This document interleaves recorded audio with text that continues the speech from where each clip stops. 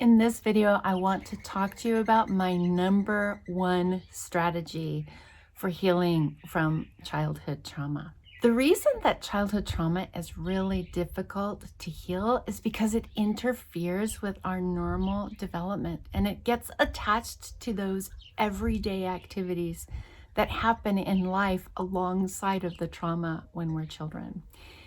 The result is that it creates so much internal noise for us as trauma survivors that we end up working really hard to create a lot of noise outside of ourselves so that we can handle the internal noise. So the internal noise is quieter than what we're creating on the outside. And what does that look like? Honestly, it looks like intentionally or seemingly intentionally creating relationship chaos when things feel too quiet or when they feel too safe or peaceful, or making the environment really loud around you so you can't hear what's happening on the inside, like driving with the radio on really loud in your car, or making sure there's always a TV or radio on in your house.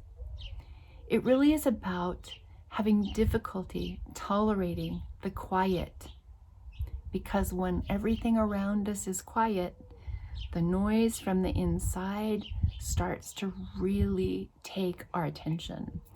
I just recently wrote a piece for a book that I'll be sharing with you soon that talks about my pain on the inside scratching to get out. And that's what it feels like with the internal noise that we're left with after childhood trauma.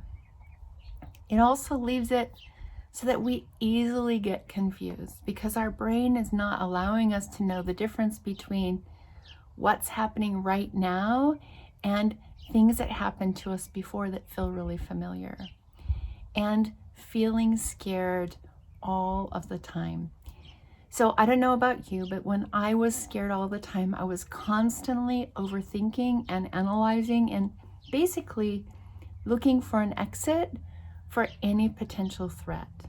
I recently learned that that's dissociation. And actually, when it used to happen, my partner would think I was ignoring him because he'd be talking to me and I'd be in my head with all of the things that I would think about to try to make sure I could do things right or not make a mistake or keep myself safe.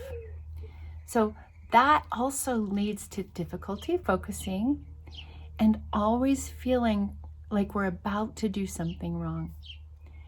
It also means that it's hard for us to hold new information. So I particularly used to have difficulty with remembering dates and times for appointments.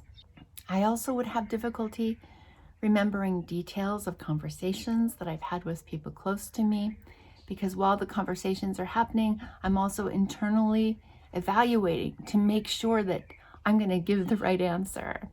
It often makes us look like we're not listening and being forgetful. What number one strategy have I used to help me overcome that? Life Lessons and Ugly video to help you heal from childhood trauma. Hi, I'm Tamara Ridge.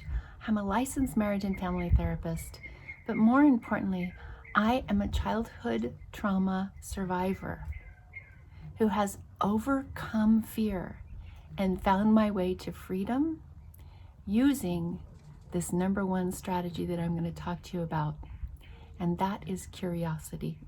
So curiosity can teach you about yourself and where you need to go next in your healing process, no matter where you are in the healing process. I say that you need to be completely safe to heal.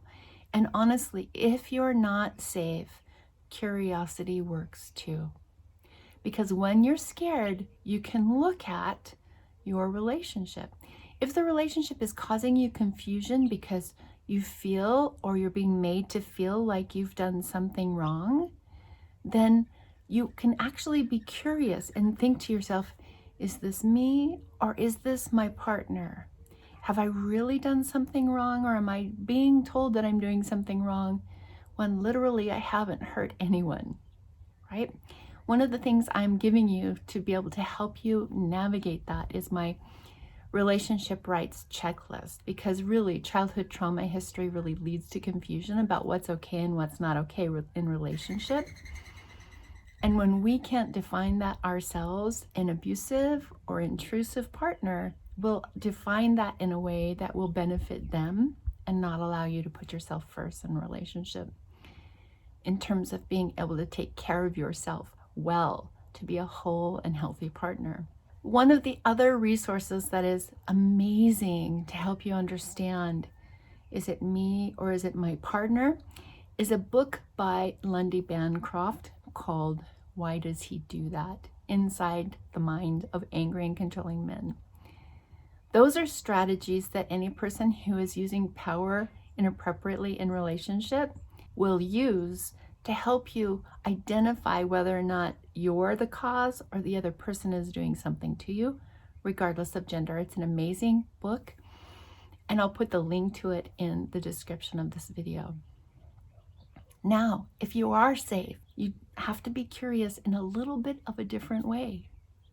The questions you ask yourself are, what am I scared of right now?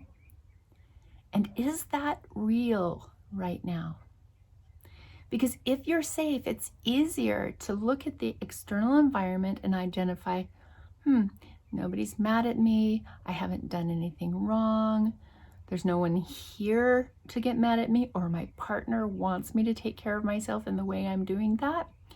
So then you can identify the imagined threat that your body is holding to keep you safe, just in case.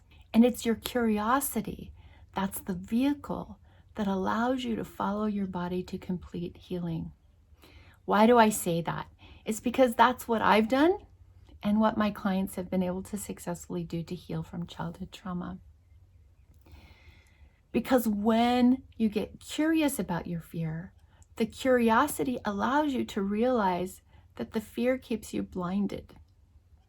The fear usually holds lies that feel like truth in your body because they have so much emotional energy connected to your trauma packed in with them. But when you can see fear clearly, you can choose change based on the reality that you're aware of instead of the lies that fear is telling to you. So even if you're new to your healing journey, I want you to realize, because I know that when we're new in the healing journey, we're overwhelmed with feelings in our body, constant fear, regular experiences of being triggered, thoughts in our head that tell us that we don't deserve to change, thoughts in our heads that tell us that it's all our fault. But I want you to get curious about those things too.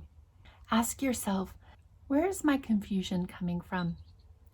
How does it feel familiar? When have I felt something just like this before? And what can I do to calm my body, then experiment with those things and notice, what does calming my body do to those racing thoughts? Am I able to see through them more clearly? Am I able to identify the lies that I was taught by my childhood trauma? Let me know if you've ever been able to calm your body in a way that helps you see a trigger more clearly and recognize that you're safe in the present moment. Drop that in the comments below. I just want you to know that with this strategy, you should focus on one trigger at a time and be curious about it. That's how I moved from constant complex PTSD symptoms and fear to total freedom. Now, it took me 30 years, but it doesn't need to take that long for you. That's why I've started Trauma Free Nation. So stay here on YouTube and keep learning from me and keep moving forward as you do, a little at a time. Recognize even small steps of progress, or look in the description below for the Trauma Erase Method Academy, where you can click the link where you can learn more. So thank you for watching, and next week, look for a video teaching you why it's important to focus on one trigger at a time. I'll see you next time.